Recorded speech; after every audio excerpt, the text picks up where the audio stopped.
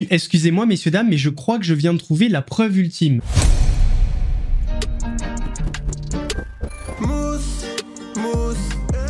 est là pour mettre en lumière les mauvaises personnes, les fous. Faites entrer les gros tarés, de savoir elle vous éclabousse. Mousse, mettez-vous à l'aise car là on va se régaler. Mousse, abonnez-vous et likez si vous avez kiffé. Ouais, c'est Mousse, bienvenue aujourd'hui pour une nouvelle vidéo et j'espère que tout le monde va bien. Messieurs, dames, on se retrouve aujourd'hui pour la partie 2 de la vidéo réponse de Pierre Chabrier à Sylvain. Une vidéo qui est sortie il y a pas longtemps, alors que celle de Sylvain date d'il y a 5 mois, donc du nouveau dans le drama Villebrequin. Mardi, j'ai essayé de vous poser un petit peu le contexte, on a commencé à débroussailler tout ça. Mais il y a eu un petit problème dans la vidéo, je pense que vous l'avez vu. Et aujourd'hui, on est donc mercredi 25 juin, la vidéo n'était plus disponible parce qu'elle a été strike par le network de Sylvain.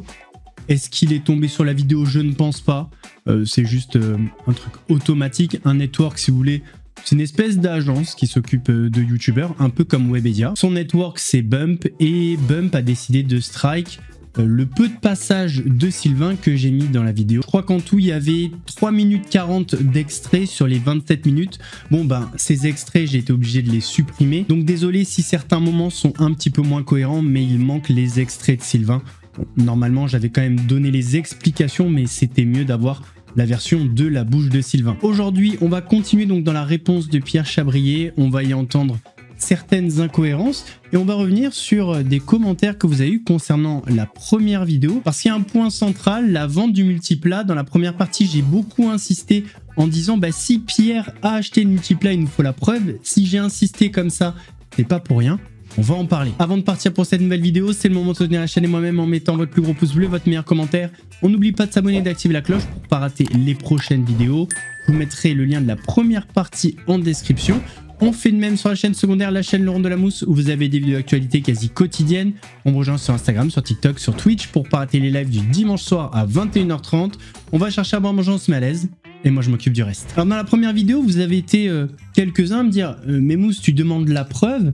La preuve, elle y est à un moment donné. Donc sur la facture, on a bien vu que c'est Sylvain qui a racheté le multiplat et la Phaeton. Donc tu demandes la preuve que Pierre aurait acheté la Phaeton. Sauf que Pierre n'a jamais acheté la Phaeton. Et je suis d'accord avec vous, et c'est pour ça que j'ai autant insisté dans la première vidéo. C'était plein de candeur, j'étais en train de dérouler en fait ce que Sylvain disait dans la vidéo. Petit rappel. Pierre a dit qu'il récupère la Phaeton. Pas dans le sens il me contacte, il rachète mes parts, il me paye la moitié de la voiture et il en est propriétaire. Non, non, il rachète la Phaeton. Que je sois d'accord ou pas. Et c'est là où je me dis, mais attends, si on veut vendre un truc qui appartient à l'entreprise, il faut l'accord des deux. Enfin, on est d'accord, on peut pas vendre un actif de la société sans que les deux soient au courant et d'accord. On est pas d'accord ? Comment ça, on n'est pas d'accord? Et c'est comme ça que je pose innocemment la question à mon avocate. Puisqu'on est dans les imitations d'appel, du coup je vous le fais, ça a donné un salut salut. Pierre a dit un truc vachement bizarre sur la Phaeton, il a dit qu'il pouvait racheter un actif sans me poser la question. Comment ça c'est vrai? Ah, il peut le faire. Ah d'accord, il peut racheter un truc sans que je sois au courant. Et sans mon avis. Ah putain, c'est fou quand même. Pierre et moi dans l'entreprise avons les mêmes pouvoirs. C'est-à-dire que si Pierre décide de vendre ou de se vendre la Phaeton, il en a un droit absolu. Il n'a pas besoin de mon avis et pas besoin de mon accord. Et surtout, si jamais il le fait, je ne peux rien dire. Et c'est justement comme ça qu'on en arrive au multiplat. Si Pierre est capable de se vendre la Phaeton et que je puisse rien y dire, rien ne l'empêche de se vendre le multiplat et que je puisse rien y dire. En fait, le fond de ce sujet, c'est que Pierre a voulu me la mettre à l'envers avec le multiplat. Alors désolé, mais le vrai fond de ce sujet, c'est que c'est Sylvain qui a racheté le multiplat et la Phaeton. Et je dis pas que Pierre n'allait pas le faire, mais factuellement, avoir un article de presse qui dit que le multiplat sera peut-être là, un post Instagram où il y a marqué Sylvain rend le multiplat, où on voit le potentiel emplacement du multiplat à l'événement de la boiserie, ben ça suffit pas à me convaincre. Je dis pas que c'est faux, mais quand on est d'un œil extérieur, pour être sûr à 10 000%, on peut pas se baser sur un ressenti comme ça, parce que dans le fond, on est sur un ressenti. Sylvain avait l'impression que Pierre allait le doubler et il s'est basé sur ce petit article de presse, le post Instagram. Cet appel qui aurait eu lieu entre les deux associés où Pierre dit mais tu sais que je peux racheter la Phaeton si j'ai envie, et tu peux rien y dire. Et c'est pas forcément une preuve qu'il va le faire, c'est juste une preuve que Pierre savait qu'il pouvait le faire, donc c'est quand même pas la même chose. Et puis il faut être honnête, Sylvain était choqué par le fait que Pierre puisse racheter la Phaeton et le Multipla sans qu'il soit au courant. Et au final, on était tous un peu choqués d'apprendre ça. D'une, parce que normalement, tu fais pas ça dans le dos de ton associé, et deux, parce que le Multipla appartient aussi à la communauté. Mais en réalité, aujourd'hui, la seule chose dont on est sûr, c'est que celui qui a racheté la Phaeton et le Multipla, c'est pas Pierre, c'est Sylvain. Donc, par logique, si on devait être choqué par le fait que Pierre puisse faire ça, on devrait être choqué par le fait que Sylvain l'a vraiment fait. Et je vous avoue que même si Sylvain dans les deux c'est celui que je préfère, je ne peux pas me contenter de... J'avais l'impression que Pierre allait la racheter par rapport à un article, par rapport à une photo Instagram et un appel. Non. Après, il y a peut-être des trucs qu'on ne sait pas, hein, que Sylvain n'a pas dit dans la vidéo, qui lui ont vraiment laissé penser que Pierre allait le faire, et c'est là qu'il a décidé de lui couper l'herbe sous le pied. Et c'est vrai qu'à sa place, on aurait peut-être fait la même chose. Mais il y a un monde aussi où c'est possible que Pierre ne voulait pas racheter le Multipla, et peut-être que sa phrase a mal été interprétée. Et aujourd'hui, on peut comprendre qu'il soit un petit peu deg, parce qu'au final, le Multipla, c'était Villebrequin, et Villebrequin, c'est Sylvain, mais c'est aussi Pierre. Et honnêtement, je préfère voir rouler le Multipla dans des vidéos de Sylvain que le voir entreposé à la Racebox ou dans des événements. Mais après, c'est personnel. Alors bien évidemment, on parle d'un point de vue moral, mais que dit la loi? Est-ce que Sylvain avait le droit de racheter la Phaeton et le Multipla dans le dos de Pierre sans l'en avertir? La société, eh bien, c'est une personne morale. Il faut que sa volonté soit exprimée par quelqu'un. Et ce quelqu'un, eh bien, ça s'appelle un dirigeant. Et dans le cas d'AMP Holding, eh bien, les dirigeants sont deux, Pierre et Sylvain. Et au terme des statuts, chacun des dirigeants est investi des pouvoirs les plus étendus pour engager la société.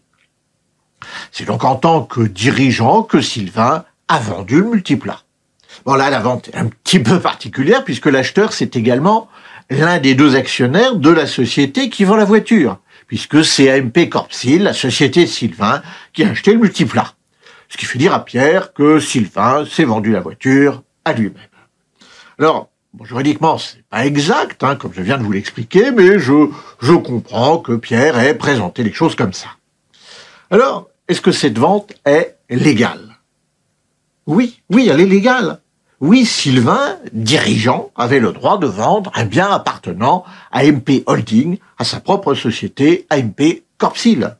Ça rentre dans ses pouvoirs de dirigeant. Il n'est pas sorti de son rôle de dirigeant en faisant ça. Il avait le pouvoir juridique de le faire et de le faire seul. Ça, c'est ce que disent les statuts. Chacun des dirigeants est investi des pouvoirs les plus étendus pour engager la société. Si vous avez apprécié l'extrait, je vous mets le lien en description de la vidéo complète. Allez voir ça, c'est une vraie pépite. Comme on vient de l'entendre, Sylvain avait le droit de se vendre le Multipla puisque les statuts de la société le permettent. Sujet clos, pas totalement, puisqu'il y a un procès par rapport à ça. On connaîtra, je pense, les tenants et les aboutissants dans les prochains mois. À mon avis, Pierre en parlera forcément.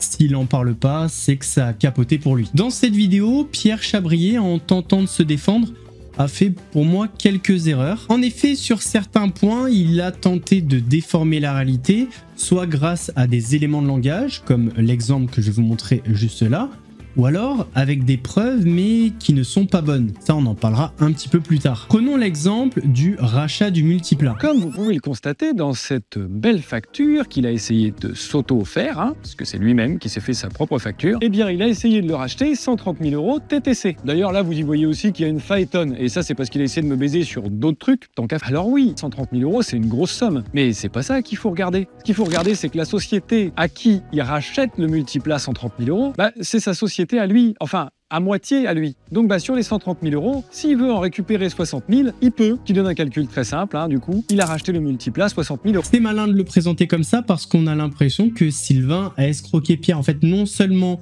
il l'a payé que 132 000 €, mais en réalité, il a payé seulement 60 000 euros. Sauf que la réalité, c'est pas ça. Et là, on parle même pas de l'estimation, ça on va en parler après. La réalité, c'est que hormis si Sylvain a le droit de le faire, ça c'est la justice qui tranchera, hormis le prix, parce que c'est un expert qui a estimé le prix et Pierre le conteste, Sylvain a acheté le multiplat avec sa société personnelle à son propriétaire, et le propriétaire du multiplat, c'était la société AMP Holding, dont il est associé, comme Pierre Chabrier. Donc concrètement, Sylvain a acheté avec sa société personnelle le multiplat et la Phaeton pour un montant de 133 500 euros à son propriétaire, peu importe qui c'est. Alors oui, effectivement, il est associé à 50% de la société propriétaire du multiplat, mais ça c'est une autre histoire.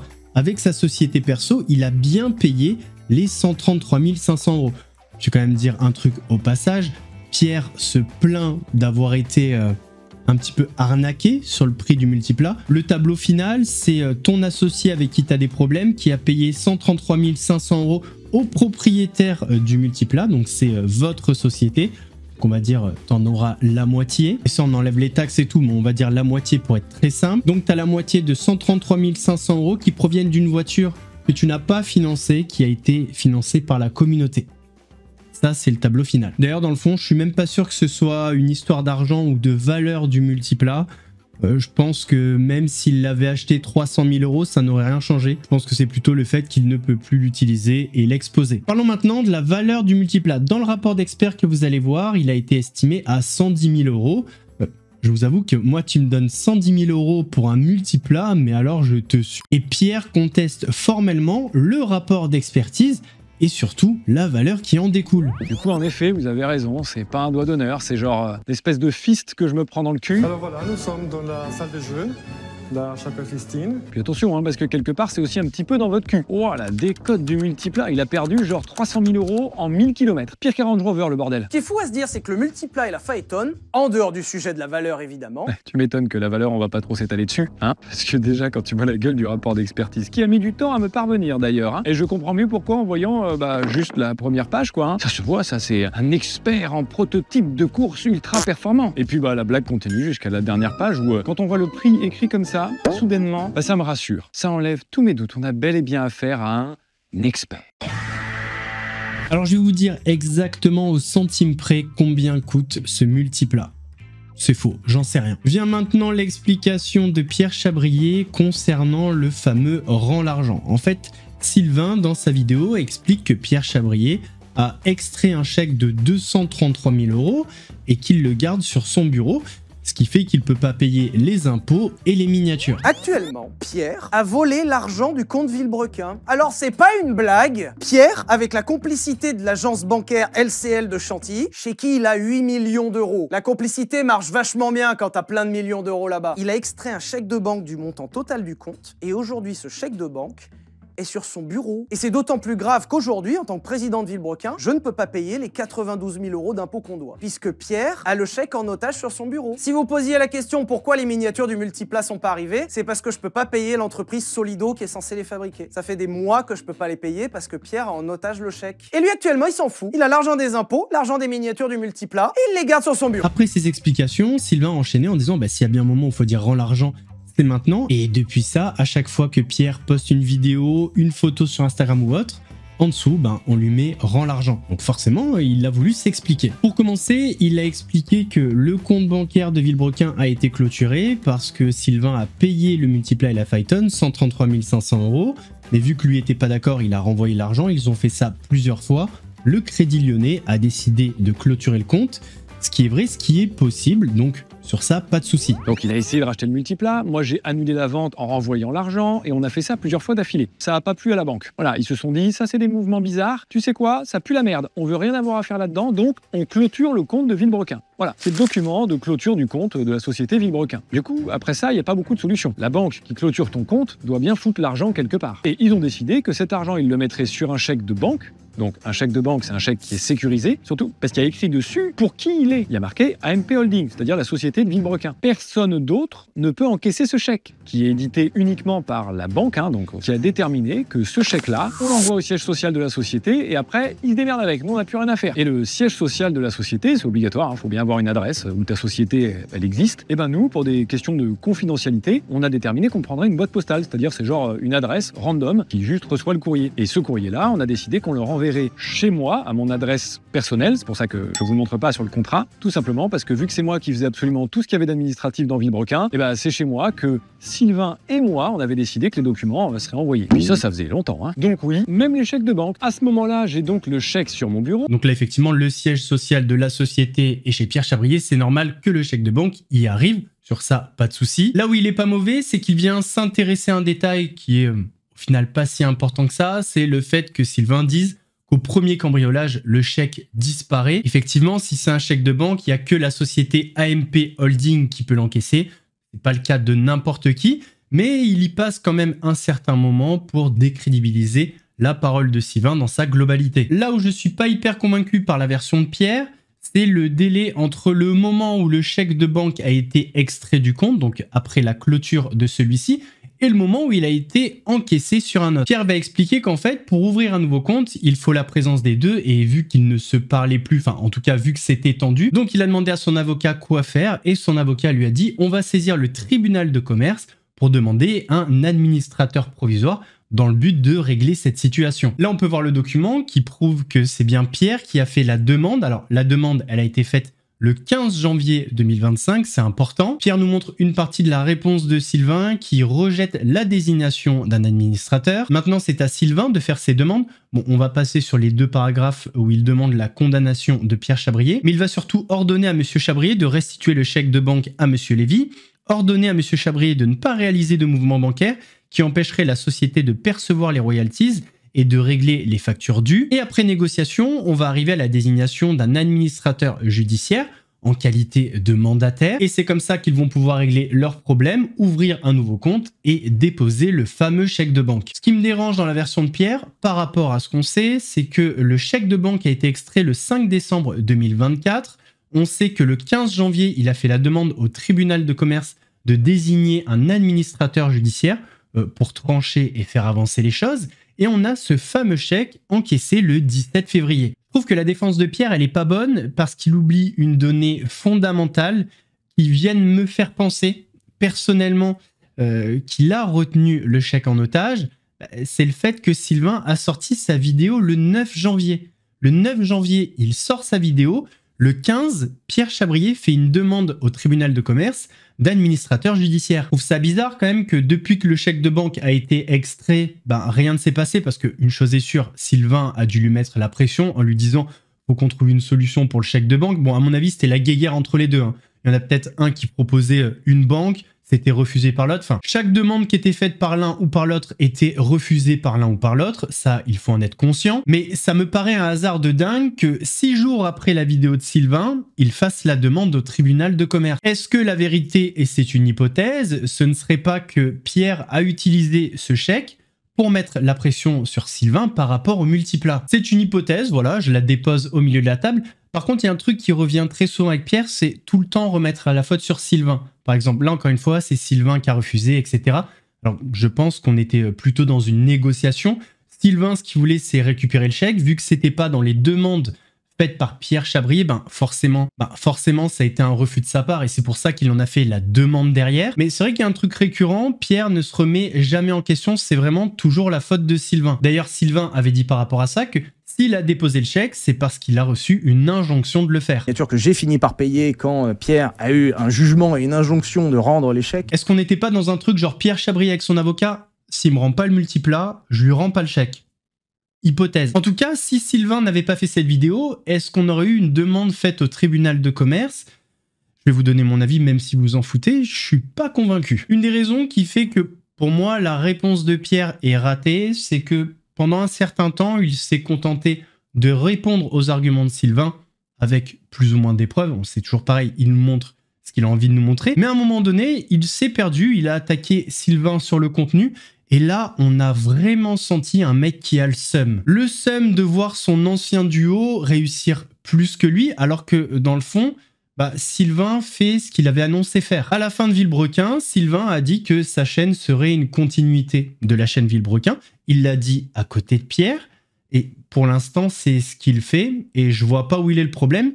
Mais Pierre, ça lui plaît pas. En face, vous avez un mec qui s'approprie des projets, qui se barre avec des idées et qui a pour objectif, vraisemblablement, de refaire strictement la même chose que Villebrequin, mais dans le désordre. J'ai l'impression qu'il y a quand même pas mal d'autres modèles de bagnoles à essayer plutôt que de refaire exactement ce qu'on a déjà fait avec Villebrequin, genre allant parfois jusqu'à exactement la même voiture. Alors soit c'est vraiment que ça sent le sapin niveau idée, soit c'est que c'est du foutage de gueule assumé et que tant que personne dit rien, ça continue. Whirlpool carrément, t'es un micro-ondes, il réchauffe tout ce qui peut réchauffer. Est-ce qu'innover c'est si compliqué que ça, trouver de nouvelles idées, essayer de nouveaux concepts, des choses qui sortent vraiment de sa tête à lui tout seul et pas de nos idées communes avec Villebrequin? Parce que quand on vient carrément à reprendre le nom des concepts, parce que, pardon, mais VTech, Vultech, je veux dire, on souffle. Et ça passe, tout le monde est OK avec ça. Parce qu'en plus de tout ça, il se permet de critiquer les gens qui ont des nouvelles idées pour le coup, qui essayent vraiment des nouvelles choses. Et le truc qu'il a achevé, c'est que Sylvain se lance dans un projet qu'ils devaient faire ensemble. Ça, c'était avant la séparation.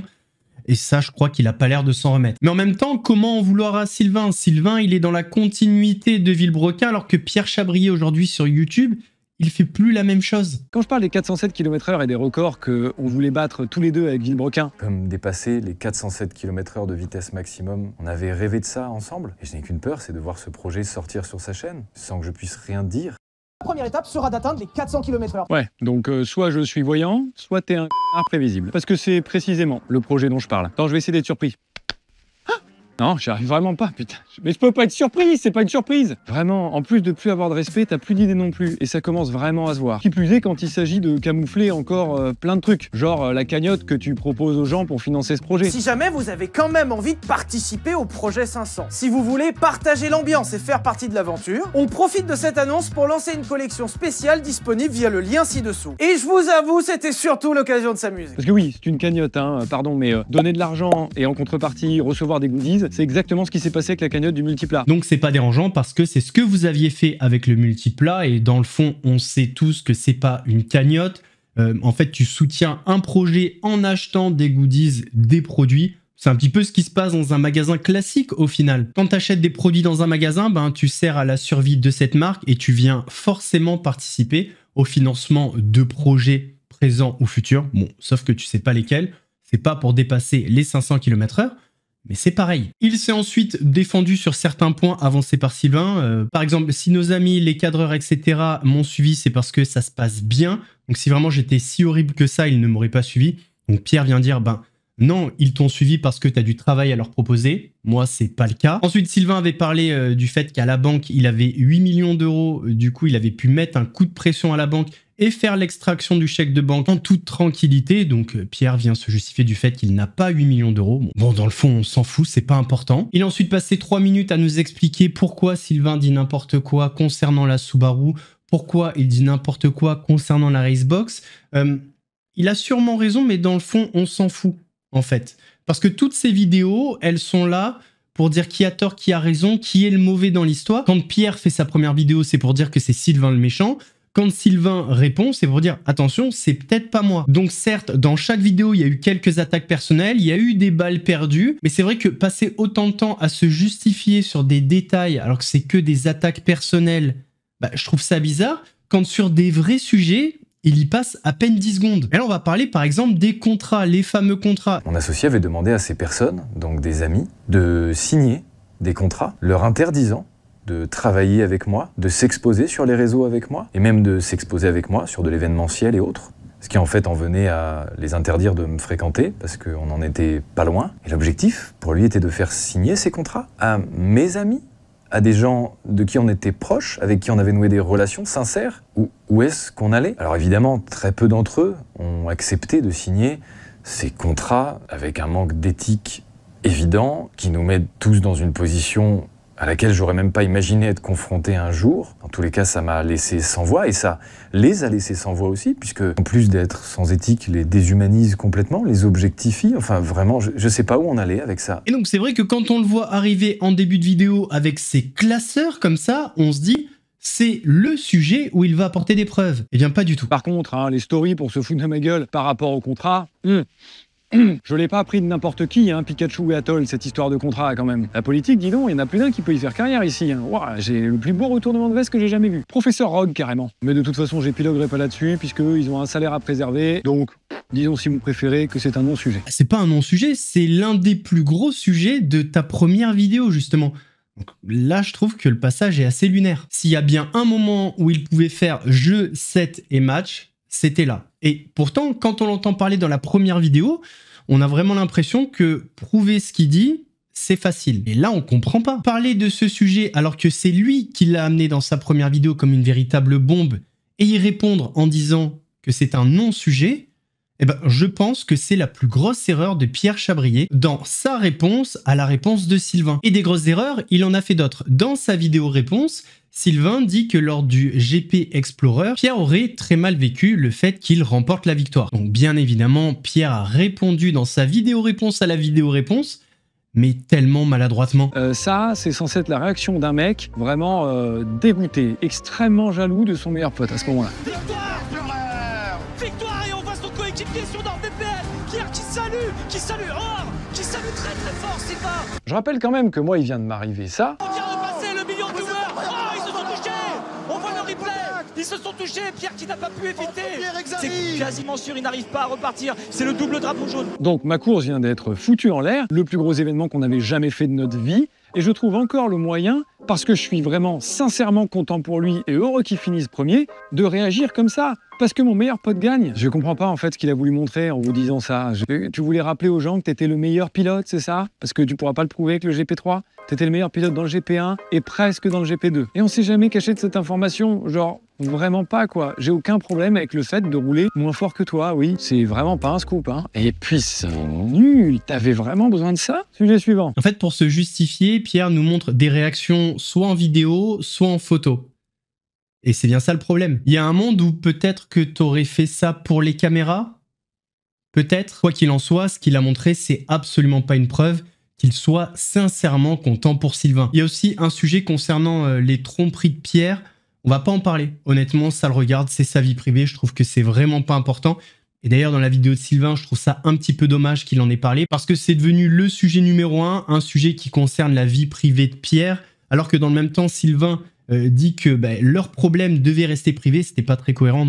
Voilà, c'est un sujet que je vais pas aborder. On va arriver maintenant sur l'avant-dernier problème, les fameuses factures que Sylvain ne pouvait pas payer parce que Pierre avait le chèque en otage. Dans sa vidéo, Pierre dit que les factures ont été payées depuis un moment.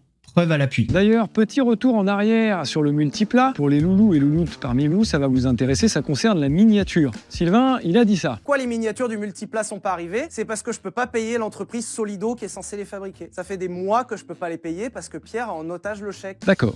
Seulement, comme vous commencez à en avoir l'habitude dans cette vidéo, il vous a donné les infos qui l'arrangent. Parce que le virement urgent dont il parle, qu'il devait faire absolument, et que c'est parce que l'argent était retenu en otage qu'il ne pouvait pas. Alors, je vais me permettre une question. Pourquoi ça fait 5 mois que l'argent est sur le compte et que le virement est toujours pas fait? Il avait l'air urgent celui-là. Peut-être l'ordre des prios dans ta to-do list, t'as zappé, je sais pas, t'as inversé? Non, je rigole, je vais arrêter de vous faire souffrir avec tous ces papiers. Et en fait, c'est juste parce que ça fait 415 jours que la facture a été payée. Oui, 1 an, 1 mois et 20 jours précisément que la facture qui vous a montré en vous disant que c'était pas payé a été payée. Bah oui, c'est ça de vouloir faire la princesse à pas s'occuper d'administratif, après on loupe quelques dossiers. Et en plus de ça, du coup, on passe pour un Et on a même payé finalement un peu plus que la facture finale, comme vous pouvez le constater, puisqu'à l'époque on m'avait conseillé de payer tout d'un coup plutôt que de payer seulement la compte, en espérant que ça fasse arriver peut-être plus vite vos miniatures, que ça active un peu plus vite les équipes. Et la facture finale est un petit peu en dessous du montant qu'on a payé à la base, puisqu'il y a une remise commerciale qui a été intégrée, très probablement liée au retard. Comme vous pouvez le voir ici, il y a marqué reste à payer 0, c'est que la facture est soldée, elle est payée quoi. Donc là, Pierre nous dit que Sylvain a menti et que la facture a été payée depuis un moment, depuis le 26 avril,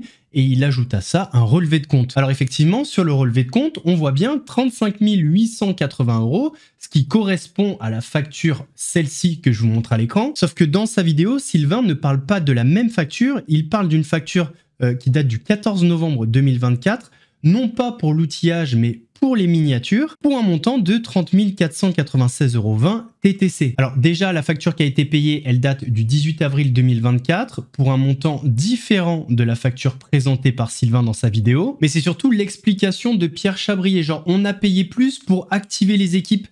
Mais qui paye plus? T'as une facture, tu payes le montant et il doit faire le travail. J'ai vraiment pas compris l'explication, elle a aucun sens. Puis un truc qui va pas, si le 26 avril, t'as payé 35 880 € et que la facture finale, elle est de 30 496,20 €. Ça veut dire qu'à un moment donné, ils t'ont rendu de l'argent. Forcément. Bah, on veut la preuve. Sur ce point-là précisément, je suis convaincu que Pierre ment. La facture Solido n'a pas pu être payée avant que l'argent ait été déposé sur le nouveau compte après l'intervention de l'administrateur judiciaire. En fait, au début de la vidéo, Pierre est pas si mauvais que ça, mais plus la vidéo avance, plus il se sabote. Le dernier point où Pierre a grave merdé, c'est quand il a parlé de harcèlement, qui est effectivement un sujet très important dont on parle peu, mais le problème c'est la manière dont il l'a amené et utilisé. Et je voudrais le plus possible que vous preniez conscience de la gravité de ce qui aurait pu arriver. Et le problème c'est que ça arrive beaucoup plus qu'on le croit. Et pour illustrer mon propos, je vais vous parler du cas Naika Venant. Alors je sais pas si je prononce bien son nom et auquel cas j'en suis désolé. Cette jeune fille qui a démarré un live un jour sur Facebook pour pouvoir parler avec ses proches, avec des amis, de ses problèmes, de ce qu'elle ressentait, de ce qui n'allait pas dans sa vie à ce moment-là, eh bien s'est retrouvée confrontée à une horde de haters qui, pour beaucoup, ont essayé de la pousser à bout. Puisque dans ce live, elle faisait part aussi de ses idées les plus sombres, eh bien, une grande partie des gens qui la regardaient l'ont tout simplement, et dans des termes plus crus, poussée au ce qui n'a évidemment pas manqué, sinon je ne vous en parlerai pas. Cette jeune fille s'est en live sur Facebook. Elle s'est tue. Mais l'horreur ne s'arrête pas là du tout, puisque une fois que cette tragédie était arrivée, le live Facebook n'a pas coupé directement. Non, les bots n'étaient pas encore si bons que ça. Donc le live a continué. Tout comme les gens ont continué à se moquer en remettant en question tout ce qui venait de se produire. Il y aurait même eu des gens qui se sont moqués de la position dans laquelle elle était décédée. Voilà, c'est juste pour vous dire que la malveillance et vos mots ont un impact. Certaines personnes, derrière leur écran, ont l'impression que tout est possible. Il n'y a plus aucune empathie, il n'y a plus aucune réflexion. On y va, on balance tout ce qu'on peut. Ça a des conséquences, les gars. Concrètement, c'était légitime de sa part de parler de harcèlement, parce que c'est sûrement ce qu'il a vécu, mais d'avoir utilisé l'histoire de cette jeune fille, je trouve que c'est extrêmement maladroit. Et c'est d'autant plus maladroit que depuis le début, on lui reproche de se victimiser. Donc cet argument vient renforcer la théorie comme quoi Pierre se victimise en permanence. Ce qui est triste dans cette histoire, c'est que Pierre, c'est un mec talentueux. Et je trouve qu'il s'est saboté, mais ça date pas de la vidéo A+ YouTube, parce que oui, Pierre arrête YouTube et va se concentrer sur la Racebox. Ça a commencé avec la première vidéo, la vérité sur Villebrequin et le multiplat. Tout le monde est d'accord pour dire que cette affaire aurait dû rester privée, et vu que c'est le premier à avoir tiré, eh bien la plupart des gens le rendent responsable de toute cette situation. Rajoutons à ça le fait que dans sa première vidéo, il parle sans preuve, alors que Sylvain, dans sa vidéo réponse, eh bien, a eu le temps de se préparer et apporte beaucoup de preuves. Eh bien, ça a provoqué sa chute, parce que s'il arrête YouTube, c'est parce qu'il ne fait plus du... Enfin, à chaque fois qu'il sort une vidéo, ça lui coûte de l'argent, sauf que ça en rapporte plus. En plus de ça, il reçoit beaucoup de commentaires négatifs, donc non seulement il gagne plus d'argent, il prend plus de plaisir. C'est les raisons pour lesquelles il a arrêté YouTube et a décidé de se concentrer sur la Racebox, son projet. Mais même là, je suis pas sûr que ce soit un succès. Je lui souhaite, et bien évidemment, toute cette affaire, ça va avoir un impact sur le succès de son projet. Pour moi, il y avait une porte de sortie par rapport à ça. La première, c'était de pas répondre à la vidéo réponse de Sylvain. La vidéo de Sylvain, elle est tellement bien faite, que ce soit sur la forme et sur le fond, que répondre à ça, c'est extrêmement dangereux. Bon, il a pris le risque de le faire, mais honnêtement, à sa place, je l'aurais pas fait. Mais si tu réponds à cette vidéo, il faut que tu répondes avec des preuves sur tous les sujets de fond, comme par exemple les contrats. Sauf que ce sujet est devenu un non-sujet. Faut pas se louper, et on l'a vu qu'il s'est loupé sur plein de sujets. Au final, dans cette vidéo, il s'est saboté parce qu'il a passé du temps à se justifier et il a apporté des preuves sur des détails. Par exemple, la photo, c'est pas son pied, c'est le pare-choc d'une Porsche, je sais plus le modèle, j'y connais rien. Mais dans le fond, on s'en fout. Et quand c'est des sujets béton, soit il s'est trompé, soit il en a fait des non-sujets. Donc pour toutes ces raisons, je trouve que Pierre s'est saboté encore une fois. Quand même que s'il avait fait une vidéo en mode, écoutez les gars, voilà, je crois que je me suis trompé, j'aurais pas dû rendre ça public, ça aurait dû rester privé.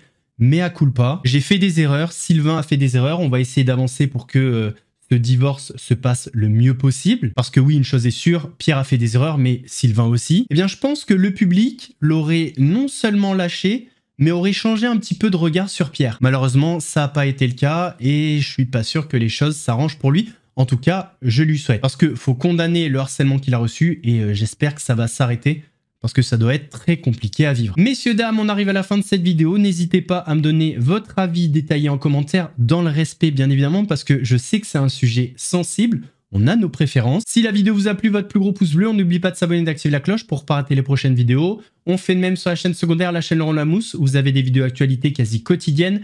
On me rejoint sur Instagram, sur TikTok, sur Twitch pour ne pas rater les lives du dimanche soir à 21h30. Nous, on se donne rendez-vous mardi pour une nouvelle vidéo. En attendant, prenez soin de vous. Mousse vous salue.